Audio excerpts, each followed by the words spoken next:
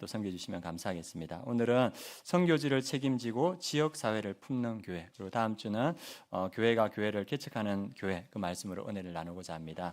예수님께서 그 창조의 절정에서 가정을 창조했지 않습니까? 지난주에 나눴을 때 창조의 절정에서 가정을 창조하시고 가정을 축복하셨는데, 오늘 예수님께서는 사역의 절정에서 하신 말씀이 있습니다. 예수님께서 이 땅에 오셔서 3년 동안 제자들을 훈련시켰습니다. 그래서 모든 훈련을 시키셨고, 그리고 십자가 위에서 구원을 완성하셨습니다. 그리고 이제 예수님께서 십자가에 죽으시고 3일 만에 부활하셨습니다. 그리고 40일 동안 이 땅에 계시면서 제자들에게 그 모든 사역을 다 끝내고 나서 제자들에게 하신 말씀이 오늘 말씀입니다. 그래서 사역의 절정에서 제자들에게 남긴 말씀이라고 볼 수 있습니다. 그래서 오늘 그 말씀 마태복음 28장 18절 말씀부터 함께 보도록 하겠습니다. 함께 봉독하시겠습니다.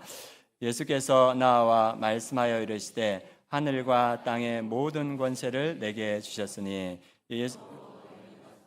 모든 민족을 제자로 삼아 아버지와 아들과 성령의 이름으로 침례를 베풀고, 여기까지 보겠습니다. 18절에 보면 예수님께서 이제 나와서 그 제자들에게, 부활하신 예수님께서 말씀하십니다. 하늘의 땅의 모든 권세를 내게 주셨으니, 하나님께서 예수님에게 하늘과 땅의 모든 권세, 이 권세라는 헬라어는 엑수시아인데 이 모든 것을 통치할 수 있는 권한을 하나님께서 예수님에게 주셨다는 겁니다. 그래서 그 통치권을 부여받은 예수님께서 제자들에게 명령하십니다. 19절에 보니까 너희는 가라. 통치권을 가진 그 모든 것의 주인이신 예수님께서 제자들에게 가라 합니다. 그래서 모든 민족을 제자로 삼아라, 이렇게 말하고 있습니다. 제자로 삼는다는 것은 각 사람들에게 주님이자 구주이신 예수님께 헌신하도록 훈련하여 그들의 삶을 예수님께 드리도록 하라. 그래서 제자들을 훈련시켜서 그들의 삶이 예수님을 닮게 하고 그들의 삶을 예수님께 드리도록 하라, 이렇게 말씀하고 있습니다. 그리고 이어서 하시는 말씀이 20절 말씀입니다. 같이 한번 읽어보겠습니다. 내가 너희에게 분부한 모든 것을 가르쳐 지키게 하라. 볼지어다 내가 세상 끝날까지 너희와 항상 함께 있으리라 하시니라. 그리고 예수님께서 마지막으로 하시는 말씀이 제자들이, 그 모든 민족들이 예수님을 더욱 닮게 하라, 그리고 그렇게 가르치라, 그렇게 말하고 있습니다. 그리고 배운 것들을 끝까지 지키게 하라, 이렇게 말합니다. 그리고 예수님께서 너희들의 능력이 어디에서 나오냐, 20절에 이제 끝에 말하고 있는데 내가 세상 끝날까지 너희와 항상 함께 있겠다. 이것이 너희의 능력이 될 것이다, 이렇게 성경은 말하고 있습니다. 그리고 예수님께서 이 말씀을 하고 부활하셔서 40일 동안 있으면서 이 말씀을 하셨는데 성천하기 직전에 하신 말씀이 있습니다. 그 말씀이 사도행전 1장 8절입니다. 같이 한번 성천하기 직전에 하신 말씀 읽어보겠습니다. 성령이 너희에게 임하시면 너희가 권능을 받고 예루살렘과 온 유대와 땅까지 이르러 내 증인이 되리라. 예수님께서 부활하셔서 했던 마태복음 말씀, 그리고 성천하기 직전에 했던 이 말씀이 있습니다. 이 말씀은 너희가 복음을 전하기 위해서는 성령의 권능을 받아야 된다. 하나님의 능력을 드리워야 된다. 이 말은 뭐냐 하면 이 권능은 두나미스에 있는데 복음을 효과적으로 전할 수 있는 능력을 너희들이 받아야 된다. 그리고 그 권능이라는 것은 그 메시지를 확증하는 기적을 행할 수 있는 능력을 하나님께서 더하여 주실 것이다. 그래서 이것을 받아야 복음을 효과적으로 전할 수 있다. 성경은 우리에게 이렇게 말하고 있습니다. 그러면 우리가 한번, 여러분들 많이 보셨을 겁니다. 마태복음 28장 18절, 19절, 20절과 그 사도행전 1장 8절 비슷한 말씀인 것 같은데 이 두 개는 무슨 관계가 있는가? 무슨 관계가 있겠습니까? 이 두 말씀은 밀접한 관계가 있겠죠. 이게 무슨 관계가 있냐면 이 마태복음 28장 말씀은 이 대위임령, 제자들에게 말하는 그 명령, 중요한 대위임령이고, 사도행전 1장 8절은 이 대위임령을 실행하는 방법이라 할 수 있습니다. 그래서 28장의 핵심되는 내용이 19절인데 이것은 선교 명령으로 준 거고, 사도행전 1장 8절은 이것을 이루어갈 수 있는 조건과 방법을 제시하는 겁니다. 그래서 제자들이 그 명령을 받았습니다. 어떻게 이루어갈 수 있습니까? 성령의 충만을 받고 예루살렘과 온 유대와 사마리아와 딴 것까지 전거하는, 그것들을 실질적으로 이루어지는 것들을 사도행전에 보여줍니다. 그래서 1장 사도행전 8절은 사도행전 28장까지의 모든 내용을 한 문장으로 요약했던 말씀입니다. 그래서 그 한 문장에 요약했던 말씀이 사도행전 1장부터 끝까지 쭉 이어지는 겁니다. 그래서 1장에 보면 제자들이 뭐 하냐면 다 모여서 오로지 기도에 힘씁니다. 그리고 기도에 힘쓸 때 그들이 성령의 충만함을 받으니까 사도행전 2장부터 어떻게 시작하냐면 복음을 전하기 시작합니다. 그래서 예루살렘에 복음을 전하고, 그리고 이제 그들에게 박해가 생기니까 유다와 사마리아까지 복음을 전하고, 그리고 사도행전 13장에 보면 안디옥 교회를 통하여서 전 세계로 복음이 전파되는 것을 보여주고 있습니다. 그래서 이 말씀은 명령과 그 명령을 이루는 방법이 마태복음과 사도행전에 나옵니다. 근데 여러분들 그런 생각 안 해보셨습니까? 어떤 생각이냐면 이 복음을 전하는 건 예수님 혼자도 가능하지 않았을까요?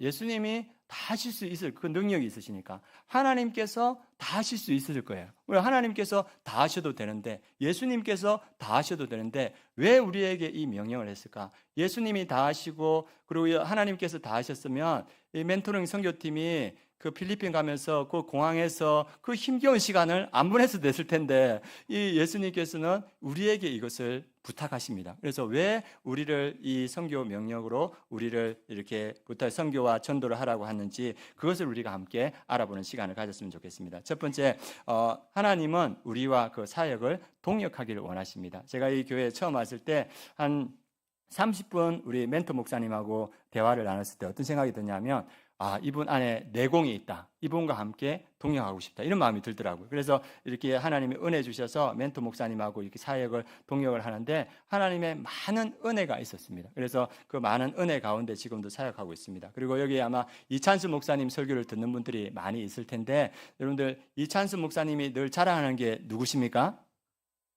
옥하는 목사님. 그분이 늘 자랑하는 게 자기는 옥하는 목사님 밑에서 자랐기 때문에 지금 자기 이 사역을 하고 있다. 그래서 옥하는 목사님과 함께 사역했던 것, 동역했던 것을 아주 큰 프라이버시로 이렇게 생각하시거든요. 누구하고 동역하는가가 중요합니다. 그런데 하나님은 우리와 동역하기를 원하십니다. 우리와 함께 하나님의 사역을 이루어가기를 원합니다. 그래서 우리가 하나님의 사역에 참여하는 것은 특권이라 할 수 있습니다. 요한복음 15장 15절 말씀 한번 같이 읽겠습니다.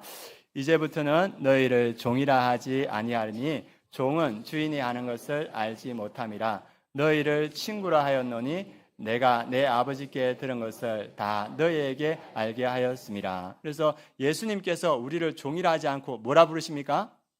친구라 부르십니다. 그리고 친구라 하시면서 내가 내 아버지께 들은 것을 다 너희에게 알겠다. 하늘의 그 비밀을 우리에게 다 알려주시고 그 일에 우리를 동참해 주십니다. 그래서 우리와 함께 그 전도와 선교 사역을 하기를 원하십니다. 그리고 로마서 8장 17절 말씀도 같이 한번 읽어보겠습니다. 자녀이면 또한 상속자 곧 하나님의 상속자요 그리스도와 함께한 상속자니 우리가 그와 함께 영광을 받기 위하여 고난도 함께 받아야 할 것이니라. 하나님은 우리를 뭘로 삼아주냐면 자녀로 삼고 하나님의 나라의 유업을 이어받을 상속자로 세워주셨습니다. 그래서 여기에 보면 누구와 함께 그 상속을 받냐 하면 예수 그리스도와 함께 상속자, 예수 그리스도가 받을 그 유업과 기업을 우리도 받게 하기 위해서 우리를 부르셨다고 이렇게 말합니다. 그리고 그와 함께 영광을 받기 위하여 고난도 함께 받아야 할 것이냐. 우리가 이 사역에 전도와 선교 사역할 때 고난이 있습니다. 그 고난을 통하여서 하나님의 영광, 그리스도의 영광에 동참하기 위해서 우리를 부르셨다고 말합니다. 그 영광이라는 것은 하나님과의 연합, 그리고 거룩함, 예수님과의 친밀한 관계, 그리고 부활. 그래서 구원의 완성과 하늘의 영광을 받도록 하기 위해서 하나님께서, 예수님께서 우리를 부르셨다 이렇게 말하고 있습니다. 또 예수님께서 혼자 이 사역을 해가지 않는 이유는 뭐냐면 영혼 구원의 기쁨을 함께 맛보기 위해서입니다. 제가 우리 교회에서 이렇게 이제 같이 사역할 때 잘 나오지 않는 남편이 나오셨을 때 그 아내가 목사님 우리 남편 나왔어요 하면서 웃으면서 이렇게 오시거든요. 그리고 그 기쁨이 이렇게 넘치는 거예요. 그리고 이제 자녀가 나왔을 때 우리 자녀입니다 이렇게 소개해 주시고, 그래서 또 전도 대상자가 나오면 목사님 우리 전도 대상자가 나왔어요. 우리 그 영의 기쁨이 충만한 것입니다. 그래서 우리를 이 전도와 선교의 사역으로 부르신 이유는 그 기쁨에 우리를 동참시키기 위해신 줄 믿습니다. 그래서 예수님께서 이 누가복음 15장 7절에 이렇게 말합니다. 같이 한번 읽어보겠습니다. 내가 너희에게 이르노니 이와 같이 죄인 한 사람이 회개하면 하늘에서는 회개할 필요가 없는 의인 99로 말미암아 기뻐하는 것보다 더하리라. 한 명의 죄인이 들어오면 이 하늘에서는 큰 기쁨이 있다는 겁니다. 그리고 누가복음 15장에도 죄인 한 사람이 회개하면 하나님의 사자들 앞에 기쁨이 되느리라. 그래서 이 기쁨을 예수님이 우리와 함께 공유하고 함께 누리기 위해서 우리를 그 사역의 길로 우리를 불러주시다, 성경은 그렇게 말하고 있습니다. 또 예수님께서 우리에게 전도와 선교의 사명에 부르신 이유는 세 번째, 전도와 선교를 할 때 개인의 영적 성장이 일어나기 때문입니다. 우리가 전도할 때 하시는 말씀이 너희가 성령이 너희에게 임하면 너희가 권능을 받고지 않습니까? 우리가 전도할 때 내 능력이 아니고 누구의 능력으로 합니까? 성령의 능력으로 하죠. 그러니까 우리가 전도하는 사람들은 성령에 늘 깨어 있습니다. 그래서 성령을 의지하고 성령의 인도하심에 민감하게 되므로 이 민감성과 담대함이 자라는 겁니다. 전도하는 사람들은 그러한 은혜들이 있습니다. 그리고 또 전도와 선교할 때는 때로 거절, 비난, 희생을 받게 됩니다. 그럴 때 고난을 통해서 우리의 믿음이 정금 같은 믿음이 됩니다. 예전에 저도 이렇게 전도 이렇게 하려고 애를 썼는데 그때 이제 선배들 중에서는 오신 목사님들이 그 버스 타고 가면서 이렇게 신학교 가다가 버스에서 이제 달리고 있으면 맨 앞에 나와가지고 여러분, 저는 이상한 사람 아닙니다. 저는 신학대학원 3학년 누구누구입니다. 잠시 복음에 대해서 이야기하겠습니다. 예전에는 그랬다는 거예요. 그래서 그렇게 하면서 신학을 키웠다는데 저도 이제 신학 1학년 때 그렇게 해보고 싶었어요. 그래가지고 서니까 말이 안 나오더라고요, 저는. 그래서 저는 어떻게 했냐, 전도지를 만들고 자리에다 이렇게 놓고 그 다음에 옆에 이제 버스 같은 거 사람이 앉으면 옛날에는 음식도 나눠 먹고 이랬거든요. 그래서 바나나 우유 같은 거 이렇게 주고 이런저런 이야기하다 끝에는 예수 그리스도에 대해서 소개하고, 그런데 그 작은 일들이 하나님께서 은혜의 길로 인도하셨던 그 일인 것 같습니다. 그래서 우리가 전도할 때 우리가 어렵고 힘들지만 그걸 통해서 우리의 신앙이 조금씩 자랍니다. 그래서 전도를 통하여서 우리의 믿음이 증거같이 연화되고 하나님과 더 깊은 관계로 나아갑니다. 그리고 전도를 통하여서 우리가 하나님 마음을 알게 됩니다. 예전에도 말했듯이 이전에 있던 교회에서는 아침마다 초등학교 앞에 가서 아이들에게 전도를 했거든요. 그래서 전도해가지고 애들이 제일 좋아하는 게, 지금도 그렇지만 한 15년 전에도 애들이 뭘 좋아했냐면 하리보를 좋아했습니다. 그래서 하리보 주면서 우리 교회는 나오렴 하면 아이들이 나오는 애들도 안 나오는 애 있는데, 늘 이렇게 하다 보니까 초등학교 현범인가 그 아이가 이제 눈에 들어오더라고. 그래서 그 아이에게 하리보 주면서 우리 교회 한번 놀러 올래 하면 네 하는데 다음 주에 안 와요. 그래가지고 왜 안 왔냐 하니까 뭐 이유를 대는데, 그렇게 하면서 몇 년 동안 이 아이하고 씨름했냐면 2년 동안 씨름했습니다. 그래가지고 2년 만에 교회에 나왔어요. 나왔는데 옆에 교회에 나왔어요. 우리 교회인 줄 알았는데 잘못 가가지고, 그래가지고 그분 아버님이 전화했더라고요. 전도사님 안 계신데요. 그래가지고 우리 교회라고 해가지고 왔거든요. 그래, 아이 한 명도 교회를 인도하는데 얼마나 걸립니까? 2년이 걸리거든요. 그래서 그걸 통해서 하나님이 우리를 얼마나 기다리시는가, 그 마음을 알게 되는 겁니다. 그래서 우리가 전도를 통하여서 선교를 통하여서 뭘 알게 되냐 하면 하나님의 마음을 알게 되고 우리의 믿음이 성장하는 겁니다. 그래서 주님은 우리를 전도의 그 선교의 사명에 우리를 초청합니다. 그리고 네 번째는 왜 우리를 전도와 선교의 사명으로 초청하냐 하면 하늘의 상급과 보상이 있기 때문에, 성경은 그것을 분명히 말해주고 있습니다. 다니엘서 12장 3절 말씀 같이 한번 읽어보겠습니다.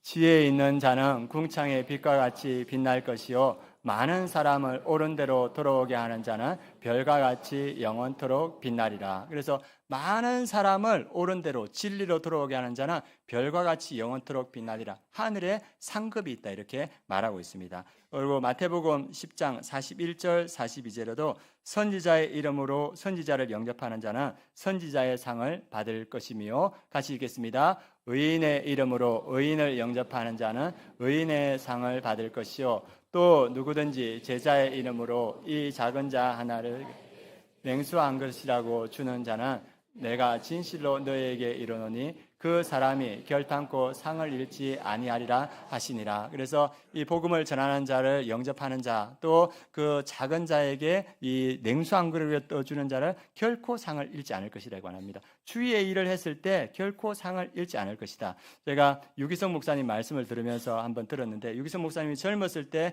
부산에서 사역하다가 서울에 부흥회로 오셨대요. 그래서 젊은 나이에 큰 교회에 부흥회로 오셨는데 그 호텔을 좋은 데를 잡아줬는데, 이 유기성 목사님이 젊은 나이에 내가 왜 이런 은혜를 받는가 이렇게 생각했답니다. 그래서 생각해 보니까 유기성 목사님의 할아버지가 북한에서 목회를 하셨는데 전쟁이 일어났어요. 그래서 그 주변에 있는 모든 사람들이 목회자는 빨리 피신을 가야 됩니다. 왜? 공산당이 들어오면 제일 먼저 처단하는 분이 목사님이지 않습니까? 그런데 그 목사님이 어떤 결정을 했냐면 나는 교회를 지켜야 된다. 너희들 다 가라. 나는 끝까지 교회를 지켰다. 그래가지고 전쟁이 일어났는데도 불구하고 끝까지 교회를 지키자가 그 교회에서 순교하셨습니다. 근데 그 은혜가 흘러서 유기성 목사님이 고백하기를 그 은혜가 나에게 흘러왔고 내가 그 은혜를 받고 있다. 이렇게 고백하는 이야기를 들었습니다. 그리고 이찬수 목사님도 아버님이 목회를 하셨습니다. 아버님 늘 하시는 말씀이 뭐냐면 아버님은 조그만 교회에 조그만 목회를 하셨대요. 그래가지고 했는데 특별히 어려움이 있었는데 어떤 어려움이 있었냐 하면 말을 더듬으신 거예요. 그래가지고 말을 안 더듬으려면 아침에 일찍 나와가지고 2-3시간을 기도해야 설교할 때 말을 안 더듬는 거예요. 그러니까 이 아버님이 얼마나 힘들었겠어요. 교회 목회도 작은데 말도 더듬고. 그리고 이 교회의 영혼들을 구원하기 위해서 이분이 어떤 결단을 했냐면 내가 40일 금식 기도를 해보겠다. 그러면서 기도원에 올라가셨어요. 그리고 하나님께서 자기에게 은혜 주시기를 구하고 기도했는데 17일 만에 돌아가셨어요. 네. 그래가지고 그 아버지의 시신을 이찬수 목사님이 모시고 오면서 나는 절대 목회하지 않을 거다. 마음에 그런 마음이 생겼답니다. 그런데 하나님께서 미국 유학 가 있는 이찬수 목사님이 불러서 지금 분당 우리 교회를 섬기게 하셨지 않습니까? 그래서 분당 우리 교회 이찬수 목사님이 하는 매번 여러 번 하셨던 말이 지금 나의 이 은혜는 우리 아버지의 은혜다. 늘 이렇게 고백하시는 걸 들었습니다. 우리가 섬기는 일에 하나님의 은혜가 있을 줄 믿습니다. 여러분들에게 하나님의 은혜가 있고 여러분 자녀들에게 하나님의 은혜가 있습니다. 그래서 결코 너희의 상을 놓치지 아니하리라 하십니다. 저희가 이번에 그 목회자 성장 대회에 이렇게 갔을 때 거기에 초청되어 오신 분이 강사분이 계신데 그분은 어디에 나오셨던 분이냐 하면 다니엘 기도회에 나오셨던 분입니다. 다니엘 기도회에 나오셔서 그곳에서 말씀을 전하시고 그 다음에 어디에 나오셨냐 하면 그 새롭게 하소서도 나오셨는데 이번에 우리가 갔을 때 그곳에 강사분으로 이렇게 오셨습니다. 그래서 더 하우스라는 곳에 현성범이라는 대표분이 오셨습니다. 그래서 그분이 자기 어렸을 때를 이야기해 주는데 뭘 이야기해 주면 자기 엄마 아빠가 교회에 상처가 있어서 신앙생활을 해야 되나 말아야 되나 고민에 빠졌대요. 그래서 고민을 빠지다가 그 예수전도단에서 하는 DTS 제자훈련을 받았는데 거기에서 은혜를 받고 신앙을 가진 성도는 선교와 전도를 해야 된다. 이게 마음이 오셨대요. 그래가지고 아버지가 중고자동차에 중매업을 하셨는데 그분이 그렇게 일하면서 5만 원, 10만 원 하면서 선교사님을 후원을 하셨대요. 그러기에 5가정 그리고 10가정, 30가정이 되셨답니다. 그래가지고 그렇게 후원을 하다가 이제 선교사님들이 선교 편지를 보내주지 않습니까? 그러면 이 가정에서 뭐 일주일에 한 번, 한 달에 한 번 가정 예배를 드리면서 뭘 하냐면 이 선교 편지를 가지고 항상 읽고 기도하고 통성으로 기도하고 그랬답니다. 그런데 이제 30가정이 되니까 그 선교 편지가 오는 걸 가정 예배로 소화할 수가 없는 거예요. 그래가지고 선교 편지가 이렇게 많이 쌓이니까 그 아빠가 지혜를 내서 아이들에게 우리 수련회 가자 하니까 애들이 싫어하죠. 가면 뭐 할 거 아니까. 그래서 아빠가 우리 좋은데 놀러 가서 놀고 저녁에만 잠깐 기도하자 이렇게 해가지고 아이들을 데리고 갔는데 놀고 저녁에 모였는데 아버지가 1년치 선교편지 이만큼을 가지고 오더랍니다. 그래가지고 이걸 가지고 저녁 8시에 시작했는데 몇 시에 끝났냐? 새벽 3시에 끝났대요. 그렇게 이렇게 그 선교편지를 가지고 기도하고 그렇게 하면서 또 선교사님이 오면 집을 오픈해가지고 선교사님을 섬기고 그렇게 선교사님을 잘 섬겼는데 이 아들 현승원 이 아들이 이 대학교에 가게 됐는데 대학교에 가서 과외를 하다 보니까 돈이 들어왔는 거예요. 돈이 들어오니까 이 아들이 아빠가 하는 선교에 나도 동참하고 싶다. 그래서 아빠가 선교하던 그 부분들을 이렇게 받아가지고 선교를 하고 그리고 이 아들이 졸업해서 이 아들이 뭐가 되고 싶었냐면 예전에는 저희 때는 메가스터디가 있었습니다. 기억하십니까? 네, 여기 많으시네요. 여기 메가스터디. 그래 메가스터디 인강 그 강사 유명한 강사가 되고 싶어서 원서를 계속 냈는데 이 스펙이 없으니까 계속 떨어지는 거예요. 그래가지고 고민하고 있는데 동생이 그 형 가기 힘드니까 학원을 열어라. 그래가지고 이분이 아버지한테 돈 500만 원을 이렇게 받아가지고 그걸 가지고 안산 동산교회 동산 고등학교 아시죠? 그 앞에다가 학원을 이렇게 열었답니다. 그리고 이제 자기도 이제 막 잘하고 싶으니까 그 유명한 인간 강사들의 강의를 1만 시간을 들었대요. 그래서 학원을 열었는데 처음 학원을 시작하니까 170명이 모이더랍니다. 그 다음에 300명, 그 다음에 700명, 1,500명, 3,000명까지 모이더래요. 그래가지고 이분이 그 돈을 받은 거 가지고 선교를 하는데 기아 대책하고 아이들하고 자매 결혼을 맺었는데 몇 명을 맺었냐 하면 300명을 맺었어요. 그래가 기아 대책 구원하고, 그리고 이제 기아 대책에서 같이 이제 선교 갈 때 이분이 따라갔는데 가보니까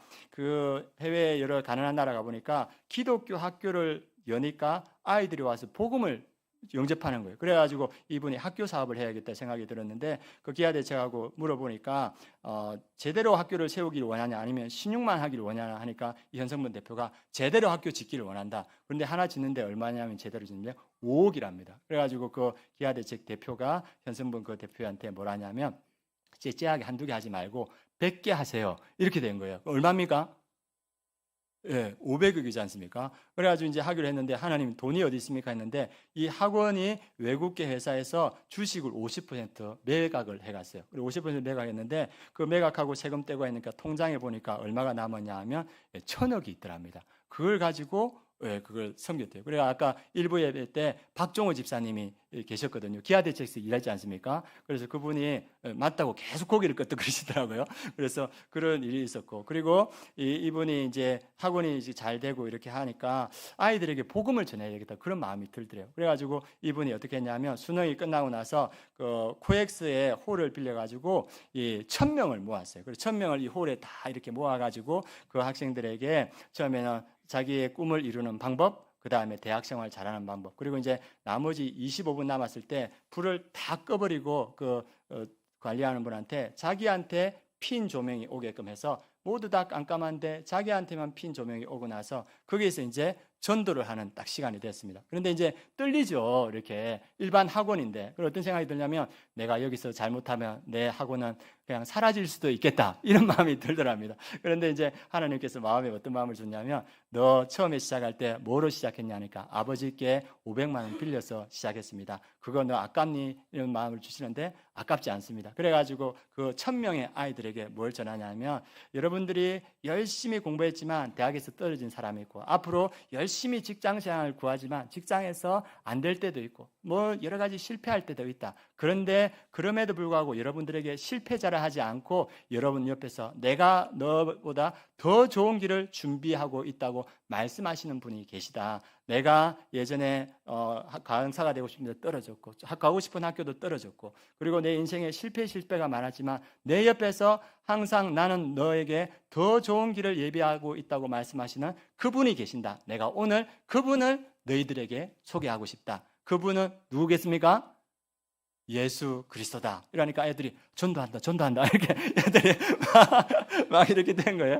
그런데 그 아이들 중에서 많은 아이들이 예수 그리스도를 믿고 처음으로 교회에 가봤어요. 이런 댓글이 달리고 엄마하고 예전에 다녔는데 다시 믿음을 회복했어요. 그러면서 많은 아이들이 믿음으로 나아가는 그 일들을 간증하는 걸 봤습니다. 그래서 지금도 그분은 학원 사업을 하고 있지만 여전히 복음을 전하고 있고 또 전 세계의 학교, 기독교 학교를 짓고 있습니다. 그리고 박정호 집사님이 말씀하시길 우리 교회에서 가을에 전도 축제를 할 때 우리 현성범 그 대표를 우리 교회에 초청하면 좋겠습니다. 이렇게 하더라고요. 어떻게 합니까? 한 라인이 있습니다. 이렇게 말씀하시더라고요. 그분이 바로 이렇게 연락할 수 있다고. 그래서 아마 가을에 이분이 와서 우리에게 더 큰 은혜를 주실 겁니다. 우리가 이분을 통해서 알 수 있는 건 뭐냐 하면 어렸을 때부터 아무것도 기대하지 않고 하나님이 기뻐하는 전도와 선교에 헌신할 때 하나님께서 기뻐하신다는 거예요. 하나님이 기뻐하시는 줄 믿습니다. 우리의 작은 그 섬김들을 하나님께서 잊지 않으시고 오늘 말씀은 뭡니까? 결단코 상을 잃지 않는다. 그래서 여러분들이 섬기는 그 전도와 선교를 통하여서 하나님께서 은혜 받으시고 하나님께서 또 축복하시는 줄 믿습니다. 또 하나 우리가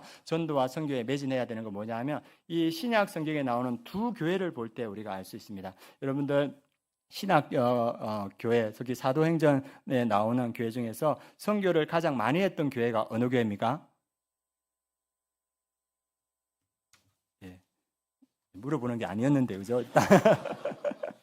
예, 아실 겁니다. 예, 안디옥 교회입니다. 들어보셨을 겁니다. 안디옥 교회. 그래서 안디옥 교회는 예루살렘 외 지역에서 가장 먼저 복음이 확산된 그런 교회였습니다. 그리고 유대인뿐 아니라 이방인에게 복음을 전한 그런 교회였고, 어떤 이방인에게 복음을 전하는 개척 정신을 가졌고, 최초로 선교사를 파송한 교회가 이 안디옥 교회입니다. 그리고 선교를 전략적이고 또 자발적이고 성령 중심의 선교를 했습니다. 그래서 전도가 교회의 핵심 사명이자 기쁨이었습니다. 그게 어디에 나오냐 하면 사도행전 11장 22절 26절입니다. 한번 같이 읽겠습니다. 예루살렘 교회가 이 사람들의 소문을 듣고 바나바를 안디옥까지 보내니 그가 이르러 하나님의 은혜를 보고 기뻐하여 모든 사람에게 굳건한 마음으로 주와 함께 머물러 있으라 권하니, 바나바는 착한 사람이요 성령과 믿음이 충만한 사람이라. 이에 큰 무리가 죽게 더하여 지더라. 바나바가 사울을 찾으러 다소에 가서 만남에 안디옥에 데리고 와서 둘이 교회에 1년간 모여 있어 큰 무리를 가르쳤고, 제자들이 안디옥에서 비로소 그리스도인이다 일컬음을 받게 되었더라. 이 안디옥 교회, 예루살렘 외에 처음으로 세워진 이 안디옥 교회는 하나님의 은혜가 충만했던 교회입니다. 그리고 많은 사람들이 주님께로 돌아오는 그런 교회였고, 그리고 바나바와 바울이 1년간 집중적으로 가르쳤던 교회, 그리고 이 교회에서 처음 이 성도들 보니까 너무나 다른 거예요. 그래서 외부 사람들이 뭐라면 이들이 그리스도인, 작은 예수다, 이런 이름을 붙여 주었습니다. 그래서 이러한 은혜가 있는 교회였는데, 이 은혜를 이 교회는 어떻게 사용했는가? 사도행전 13장 2절 3절에 보면 이렇게 되어 있습니다. 주를 섬겨 금식할 때 성령이 이르시되 내가 불러 시키는 일을 위하여 바나바와 사울을 따로 세우라 하시니, 이에 금식하며 기도하고 두 사람에게 안수하여 보내니라. 그래서 이 많은 은혜들을 어디에 사용했냐면 선교와 전도하는 데 사용했습니다. 그래서 성령의 인도하심을 따르는 영적으로 민감한 공동체가 이 안디옥 교회였고, 바울과 바나바를 최초로 선교사로 파송한 교회도 이 안디옥 교회였습니다. 그래서 이 안디옥 교회는 은혜가 넘치는 교회, 그리고 전도와 제자 훈련에 헌신된 교회, 또 선교적 사명을 다하는 교회, 그리고 다양한 인종과 배경의 리더십이 함께 공존한 그러한 교회였습니다. 그래서 이 전도와 선교를 통하여서 이 교회의 부흥과 생명력이 넘쳐나는 그러한 역사가 나타났습니다. 그래서 교회의 사명을 실현하고 공동체가 살아있는 원동력이 있는 그러한 교회였습니다. 그래서 건강하고 활기찬 교회로 자라나서 전도와 선교가 단순한 우리의 의무가 아니라 하나님께서 우리에게 주신 복된 특권임을 알 수 있는 교회가 어디냐 하면 여기는 안디옥 교회입니다. 그런데 성경에는 이와 전혀 다른 교회를 한국 교회 소개합니다. 여러분들 그 많은 은사가 있었던 교회 또 물어보면 대답 안 하실 것 같아서 제가 이야기하겠습니다. 그 교회가 어디냐 하면 고린도 교회입니다. 고린도 교회는 하나님의 은혜를 풍성히 받은 교회였습니다. 그리고 그 교회는 말의 은사가 많았고, 그리고 교리적 이해에 풍부한 아주 똑똑한 교회였습니다. 그리고 은사가 매우 풍성해서 방언도 있었고 예언도 있었고 치유 등 다양한 은사가 있었고, 또 하나는 뭐냐 하면 큰 부유한 도시에 있었기 때문에 이 교회는 아주 부유한 교회였습니다. 그러니까 하나님의 은혜를 아주 많은 교회였습니다. 그런데 이 교회의 특징이 뭐냐 하면 전도와 선교를 하였다는 소리가 하나도 없습니다. 이 교회는 전도와 선교의 사명을 전혀 감당하지 못했습니다. 그래서 이 교회 안에는 분열, 시기, 음란, 교만 등의 문제가 많았습니다. 그래서 이 교회를 사도 바울은 한 줄로 딱 표현합니다. 어떻게 표현하면 너희 가운데 시기와 분쟁이 있으니 육에 속한 자가 아니냐. 그래서 내부에 갈등이 있었고, 그리고 자기중심적인 신앙에 빠져 있어서 이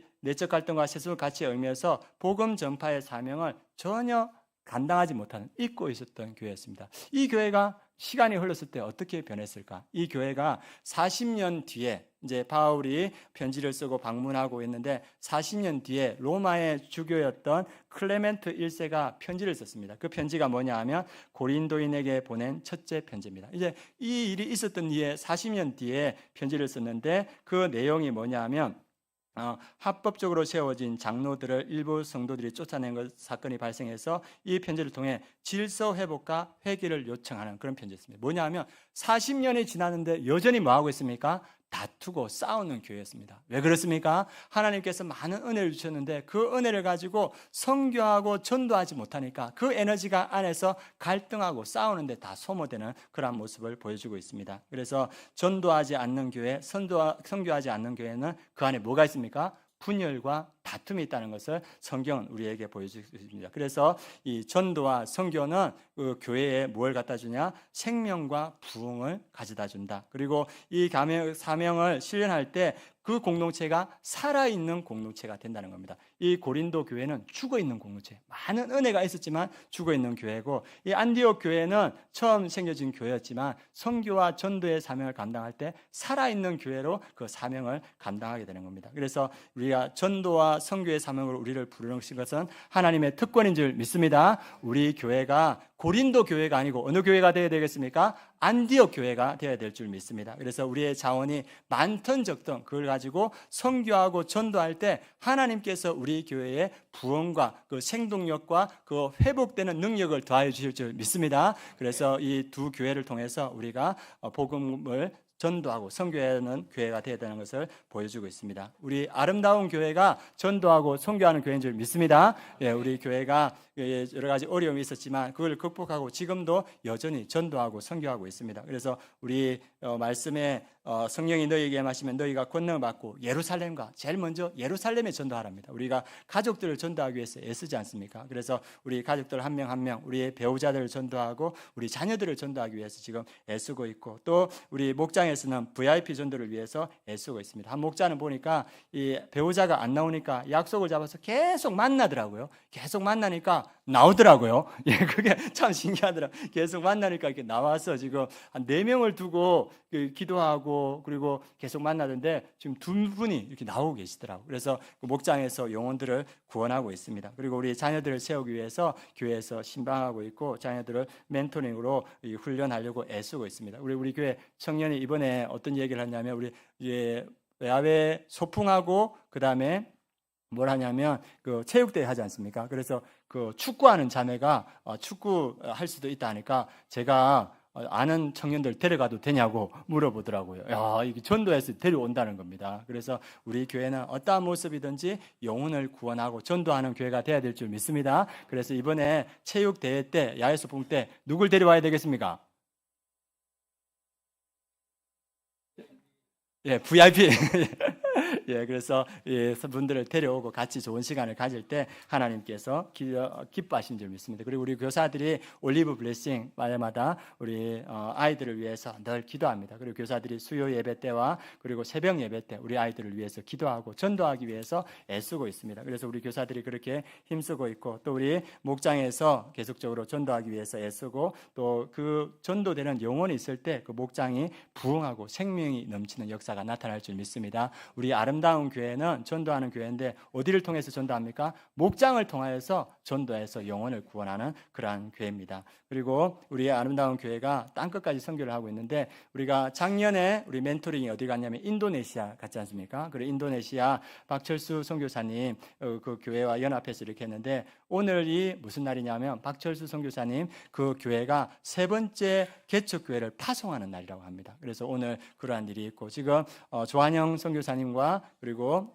우리 누굽니까 아내분이 김창희 선교사님이 지금 한국에 들어와 계십니다. 그래서 한국 일정을 보내고 이제 돌아갈 건데, 이제 고등학교가 곧 시작된다고 합니다. 그래서 우리 교회는 이렇게 멘토링과 선교를 통해서 지금 계속적으로 전도하고 있습니다. 그래서 우리 교회가 전도와 선교에 힘쓸 때 하나님께서 우리 교회에 은혜를 더하여 주실 줄 믿습니다. 연약하지만 그 일을 계속할 때 하나님이 우리 공동체에 생명을 주셔서 이 공동체가 살아있는 공동체, 그리고 하나님 나라를 확장하는 그러한 공동체, 하나님의 복된 특권을 누리는 공동체로 세워질 줄 믿습니다. 마지막으로 우리 아름다운 교회가 전도와 선교에 힘쓰는 이유를 예수님께서 말해주십니다. 우리 요한계시록 마지막 말씀 한번 보도록 하겠습니다. 요한계시록 22장 말씀 한번 보겠습니다. 요한계시록 22장에 보면 이 땅의 마지막 모습을 보여주고 있습니다. 우리 요한계시록 22장 10절 말씀 같이 한번 읽어보겠습니다. 또 내게 말하되 이 두루마리의 예언의 말씀을 임봉하지 말라. 때가 가까우니라. 10절 말씀에 이 두루마리의 예언, 하나님의 심판이 적혀있는 이 두루마리의 예언을 닫지 말라. 왜? 이 심판에 이루어질 때가 가까웠다, 이렇게 예수님은 우리에게 보여주고 계십니다. 그리고 12절도 읽어보겠습니다. 보라, 내가 속히 오리니 내가 줄 상이 내게 있어 각 사람에게 그가 행한 대로 갚아주리라. 예수님께서 재림하실 건데 속히 온다는 겁니다. 하나님의 때가 찼을 때 적극적이고 확실하게 그때가 이른다는 겁니다. 그래서 내가 속히 와서 내가 줄 상이 있어서 각 사람에게 그가 행한 대로 갚아주리라. 믿음의 사람에게는 믿음의 상을 주고 믿지 않은 사람들은 심판을 줄 것이고, 복음과 전도를 위하여서 선교를 위해서 행한 사람들에게 오늘 말씀도 그 행한 대로 내가 상을 갚아줄 것이다 말하고 있습니다. 그리고 예수님께서 14절 15절에서 말하고 있습니다. 같이 읽어보겠습니다. 자기 두루마리를 빠는 자들은 복이 있으니 이는 그들이 생명나무에 나아가며 문들을 통하여 성에 들어갈 권세를 받으려 함이로다. 마지막 날 자기 두루마리를 빠는 자, 예수 그리스도의 보혈로 자기의 죄를 씻은 자들은 복이 있으니, 구원받은 자들은 복이 있으니 그들이 생명나무에 나아가며 하나님 나라에 들어간다는 겁니다. 그 문들을 통하여 성에 들어갈 권세를 받으려 함이라. 그래서 자기의 그 죄를 예수 보혈로 씻고 그 구원받은 자들은 하나님의 나라에 들어갈 것이다. 15절도 같이 한번 읽어보겠습니다. 개들과 점술가들과 음행하는 자들과 살인자들과 우상숭배자들과 및 거짓말을 좋아하며 지어내는 자는 다 성 밖에 있으리라. 그러나 예수 그리스도를 믿지 않는 자는 어떻게 되냐? 다 성 밖에 있으리라. 하나님의 나라에 들어가지 못하고 지옥과 심판 가운데 있게 될 것이다. 마지막 날의 모습을 예수님께서 우리에게 보여주십니다. 그리고 예수님께서 하시는 말씀이 13절 말씀입니다. 같이 한번 읽어보도록 하겠습니다. 나는 알파와 오메가요, 처음과 마지막이요, 시작과 마침이라. 예수님께서 나는 알파와 오메가, 처음과 마지막, 시작과 마침이라 말합니다. 시작과 마침이라는 뜻이 뭐냐면 예수님께서 하나님과 함께 이 세상을 창조하셨습니다. 믿으십니까? 그래서 그분이 시작하셨어요. 그리고 마지막에는 어떻게 하냐면 이분이 심판자로 오셔서 이 세상의 마지막을 이분이 결정할 겁니다. 그러니까 예수님이 자기를 뭐라 하냐면 나는 알파와 오메가자다. 시작과 마침이다. 그래서 예수님은, 그 부활하신 예수님은 시작도 알고 계시고 끝도 알고 계시고 이 중간에 우리의 모든 것을 다 알고 계십니다. 그래서 이 역사의 모든 것을 다 알고 계시는 주님께서 부활하셔서 제자들에게, 우리에게 말씀하십니다. 뭘 말씀하면 너희 삶에서 가장 중요한 것이 무엇이냐? 너희 삶에서 가장 축복된 것이 무엇이냐? 그 알파와 오메가 되신 예수님께서 말합니다. 그 말씀이 무엇이냐 하면 오늘 마태복음 28장 19절 20절입니다. 같이 한번 읽어보도록 하겠습니다. 같이 읽겠습니다. 그러므로 너희는 가서 모든 민족을 제자로 삼아 아버지와 아들과 성령의 이름으로 침례를 베풀고 내가 너희에게 분부한 모든 것을 가르쳐 지키게 하라. 볼지어다 내가 세상 끝날까지 너희와 항상 함께 있으리라 하시니라. 아멘. 예수님, 처음과 끝이 되시는 예수님, 이 모든 것을 다 아시는 부활하신 예수님께서 우리에게 가장 중요한 말씀, 우리에게 가장 축복된 말씀을 주셨는데 너희는 가서 모든 민족을 제자로 삼아라. 어떻게 삼을 수 있는가? 사도행전 1장 8절 말씀입니다. 같이 한번 읽어보겠습니다. 오직 성령이 너희에게 임하시면 너희가 권능을 받고 예루살렘과 온 유대와 사마리아와 땅끝까지 이르러 내 증인이 되리라 하시니라. 아멘. 우리 인생의 가장 중요한 말씀, 우리 인생의 가장 축복된 말씀이 오늘 부활하신 예수님을 통하여서 우리에게 선포되었습니다. 그래서 예수님은 그 축복된 일에 우리를 초청하셨고 또 영혼 구원의 기쁨에 우리를 초청하셨습니다. 그리고 하늘의 상급을 받는 일에 우리를 부르셨고 또 공동체가 축복받는 일에 주님께서 우리를 부으셨습니다. 오직 성령이 너희에게 임하시면 너희가 권능을 받고 예루살렘과 온 유대와 사마리아와 땅끝까지 이르러 내 증인이 되리라. 그래서 우리가 이 사명을 순종하고 이루어갈 때 이 하나님의 가장 축복된 일이 우리에게 나타날 줄 믿습니다. 이 일을 위해서 우리가 먼저 성령 충만해야 되고, 그리고 우리 가정에서부터, 우리 목장에서, 그리고 우리 교회에서 복음을 전하고 전도하고 선교할 때 우리 목장과 가정과 교회 하나님의 은혜와 축복이 충만해질 줄 믿습니다. 그 가정과 그 목장과 그 교회를 통해서 하나님의 영광이 나타날 것이다. 오늘 이 말씀을 전해주고 있습니다. 그래서 우리 여기 있는 모든 우리 성도님들이 성령 충만을 받아서 가정에서, 목장에서, 그리고 우리 교회에서 복음을 전하는 일에, 전도하고 선교하는 일에 최선을 다하여 하나님의 은혜 가운데 거하는 아름다운 공동체 되길 원합니다. 예, 이 시간 우리 함께 기도하겠습니다. 하나님, 오늘 우리가 말씀하신 말씀이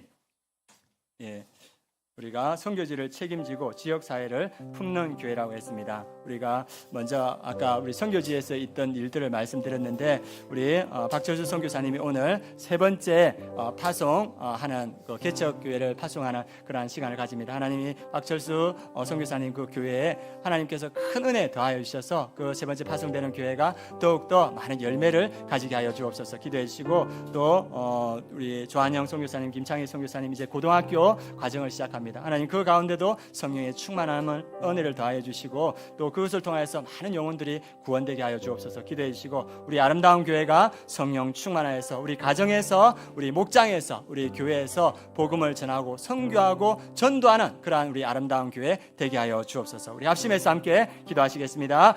할렐루야. 하나님 아버지 감사합니다. 오늘 우리가 주의 말씀을 붙들고 나아갑니다. 우리가 선교지를 책임지고 또 아니면 복음으로 지역사회를 품는 그러한 우리 아름다운 교회 되기를 원합니다. 주님께서 은혜 더하여 주시옵소서. 또 하나님 아버지 특별히 우리 박철수 선교사님 오늘 하나님 아버지 세 번째 개척교회를 파송하는 날입니다. 하나님 아버지 그 교회에 성령의 충만한 은혜를 더하여 주시옵소서. 그것을 통하여서 수많은 영혼들이 구원되는 그러한 역사가 있도록 주님께서 역사하여 주시옵소서. 또 하나님 아버지 기도합니다. 우리 조한영 선교사님 또 하나님 아버지 김창희 선교사님 하나님 아버지 해피랜드 인터내셔널 스쿨을 통하여서 350여 명의 아이들에게 복음을 전하고 가르치고 있습니다. 이제 고등학교 과정이 시작됩니다. 하나님 아버지 그곳에 성령의 충만한 은혜를 더하여 주시옵소서. 그래서 그것을 통하여서 또 수많은 영혼들이 구원되는 그러한 역사가 있도록 주님 역사하여 주시옵소서. 우리 아름다운 교회를 위해서 기도합니다. 우리 아름다운 교회가 성령의 충만한 교회 되게 하시고 오늘 주신 주님의 말씀대로 전도하고 선교하는 교회 되게 하시고 하나님 아버지 목장과 가정과 또 우리 교회에 하나님의 은혜와 축복이 충만한 그러한 역사가 나타날 수 있도록 주님께서 역사하여 주시옵소서.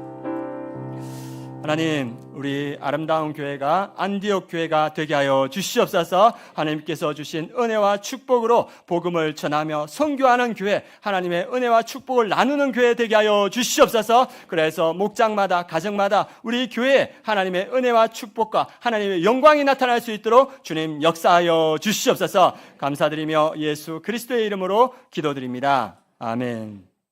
준비하시는 것 우리 하나님께 드리겠습니다.